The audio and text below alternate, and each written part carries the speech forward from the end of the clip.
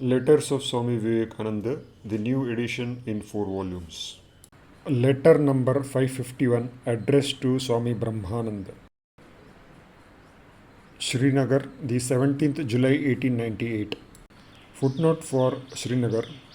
From Srinagar on 19th July, Swamiji and his party, consisting of Mrs. Bull, Mrs. MacLeod, Mrs. Patterson, and Sister Nivedita, set out by boat for Islamabad, that is Anantnag. Along the way that afternoon, in a wooded area by the banks of the Jhelum, they discovered the long sought temple of Pandir Than. Thence, continuing their journey south along the river Jhelum, they reached the ruins of the two great temples of Avantipur on 20th July.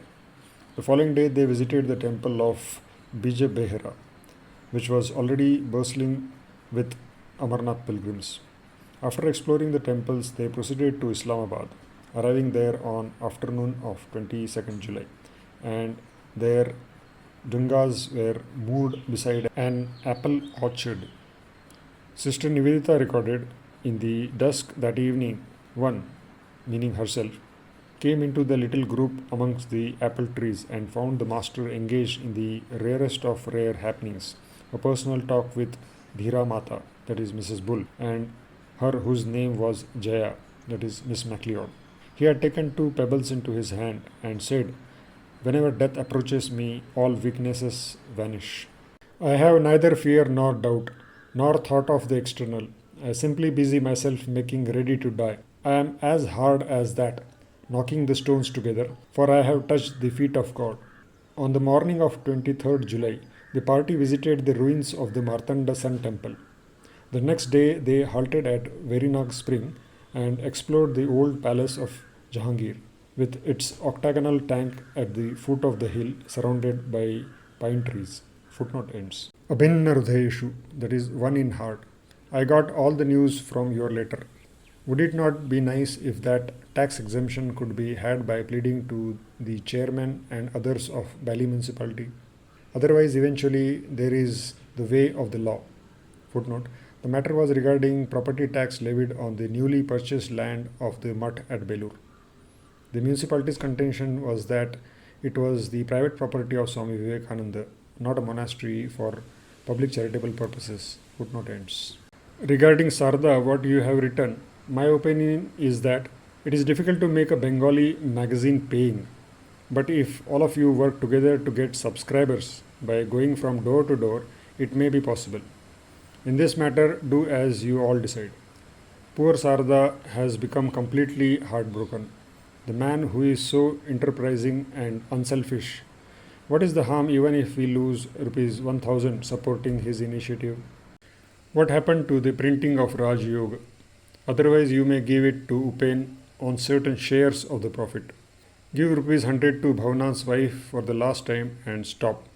About money, what I wrote to you last about giving rupees 100 and rupees 500 must be stopped. Henceforth, do as you think best regarding helping others. I had told Harish Ghosh, footnote, Sri Hari Mohan Ghosh, was the husband of Swamiji's elder sister Srimati Swarnamai Devi, 1860 to 1932, footnote ends, that I will try when I come back from Darjeeling. I heard he said, stressing that I promised him the money. Anyway, give him rupees 500 this time and stop. Likewise, give Bhavana's wife rupees 100 and stop. I clearly see that my policy is wrong and yours is right about helping others. That is, if people are helped with more money at a time, people, instead of being grateful, think that they have got a nice fool to bank upon. I always lost sight of the demoralizing influence of charity on the receiver. Secondly, we have no right to deviate even slightly from the purposes for which people donate money. Mrs. Bull will get the rosary. Footnote, Swamiji gifted this prayer mala of Rudraksha beads interspersed with pearls to Mrs. Bull. Swami Sardananda wrote to Mrs. Bull from the mutt on 18th August. The promised rosary from Swami Vivekananda has been completed and we have sent it to you yesterday. It has been consecrated by Sarda Devi. Footnote ends. If you send it to the care of Rishibar Mukherjee, Chief Judge, Kashmir. Mr. Mitra and the Judge Sahib are taking very good care of them. The plot of land in Kashmir has not been secured yet, but there is a chance of getting it soon. If you can spend a winter here, your health will definitely recover. If the house is a good one and if you have enough wood, that is fuel, and warm clothing, then life in a land of snow is nothing but enjoyable. Moreover, a cold climate is an unfailing remedy for stomach troubles. Bring Yogen Bhaya also with you, for the soil here is not stony, it is clay like that of Bengal. If the journal Prabuddha Bharata, footnote, owing to the sudden death of the editor Shri B.R. Rajam Iyer on 13th May 1898 from Bright's disease, the journal ceased publication after the June issue. At the behest of Swamiji, it was decided that the Prabuddha Bharat office should be transferred from Madras to Thompson House in Almora. The printing press and materials were brought up from Calcutta, and the first issue from the Almora office was published in August 1898 under the editorship of Swami Swarupananda. Mr. Xavier served as manager. Swamiji wrote a poem titled To the Awakened India, addressed to the Prabuddha Bharat or Awakened India, and it was published in August 1898. Footnote ends. Can be published from Almora. A lot of work will progress, for poor Xavier will have something to do, and some local people of Almora will get some work too. Mastery in management lies in giving every man work after his own heart. The girls' school of Nivedita in Calcutta has to be put on a firm footing by all means. Bringing Master Mahashay to Kashmir is still a talk of the future, for it will be a long time to start a college here. But he has written about starting a college in Calcutta with him as the principal. An initial expense of Rs 1,000 for running the college will do for now. I hear that you all also like this proposal. In that case, do whatever you all think best.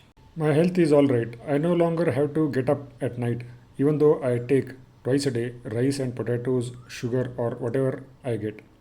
The medicine is useless. Medicines do not work on the health of a Brahmagyani, that is, knower of Brahman. Everything will be digested, nothing to worry. The foreign ladies are doing well, and they send their love to you all. 2 letters from Shivananji have come. I have also received a letter from his Australian disciple, footnote, Mrs. Elsie Pickett Haripriya. A disciple of Swami Shivananda, was one of the few European students who attended Swami Shivananda's classes in Colombo in 1897. He sent her to spread the message of Vedanta in Australia and New Zealand. Footnote ends. I hear that the outbreak of plague in Calcutta has completely subsided. Yours, Vivekananda.